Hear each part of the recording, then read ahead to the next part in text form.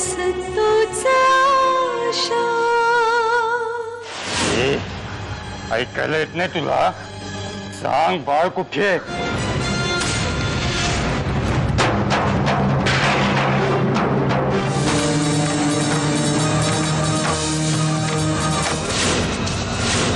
दार उघडे म्हणजे ती नक्कीच आत गेली असणार.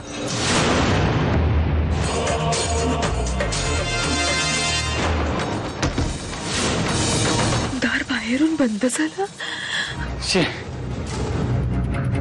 ती तर मिळाली नाहीच.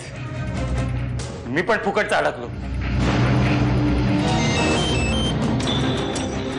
हा भाई. अरे मी इथे सामानाच्या खोलीत अडकलोय. ठीक आहे भाई, आलोच. ती मुलगी कशी आहे? शुद्धीवर आली का? एवढं तरी डॉक्टरांना फोन करून विचार. ती मुलगी शुद्धीत आली आहे आणि डॅडींना तू काही सांगणार नाहीयेस. माझी शपथ मोडलीस तर मी मरेन. रेवती, बरं झालं यार तुम्ही लोक बाहेर उभे होतात, नाहीतर आज मेलोच असतो मी. तो वॉर्ड बॉय त्या स्टोरूमला बाहेरून कडी लावून गेला. ती मुलगी माहित नाही यार, बहुतेक निसटली असणार. हॉस्पिटलमध्ये किती दिवस लपून बसते ते बघतो ना मी. तुमचे डिस्चार्ज पेपर तयार करायला सांगितले सरांनी. ते झाले की तुम्ही जाऊ शकता. मला नाही जायचं आता. काय? नाही जायचं. तुम्ही त्या मुलीला इकडे घेऊन आलात तेव्हा लिटरली मरणाच्या दारात होती ती. अहो एवढा मोठा ऍक्सिडेंट झाला तुमच्या हातून. अहो जीवही गेला असता हो तिचा. Shut up. तुमच्याकडून अक्कल शिकायची नाहीये मला. सॉरी मॅडम, गैरसमज करून घेऊ नका. काय करायचे ते तुम्ही ठरवा आणि यापुढे त्या मुलीसाठी मला डिस्टर्ब करू नका. बघ ना रश्मी, तू मालकीण आहेस या चॅनलची. एक अप्रेंटिस म्हणून जॉब करतेस.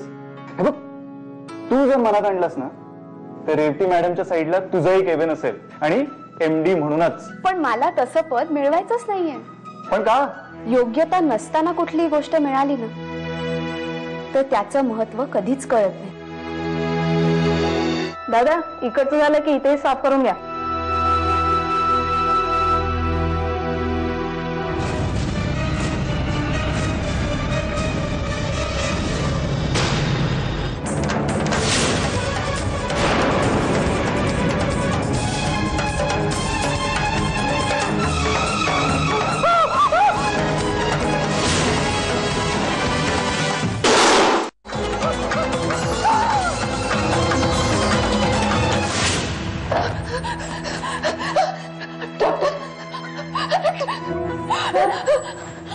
काय झालं सिस्टर? सर, यांच्यावर कोणीतरी बंदुकीच्या गोळ्या झाडल्या. काय?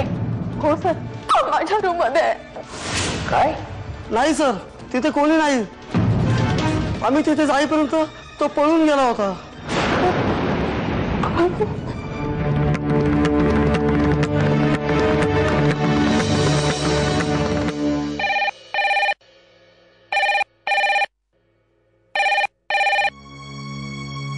हॅलो. हॅलो पोटणे साहेब, मी डॉक्टर कामत बोलतोय. बोला डॉक्टर कामत, बोला. साहेब, मॅटर थोडं गंभीर आहे. अहो मग सांगा ना. Tell me, what can I do for you? साहेब, रेवती मॅडमच्या हातून ऍक्सिडेंट झालेली ती मुलगी. एक मिनिट.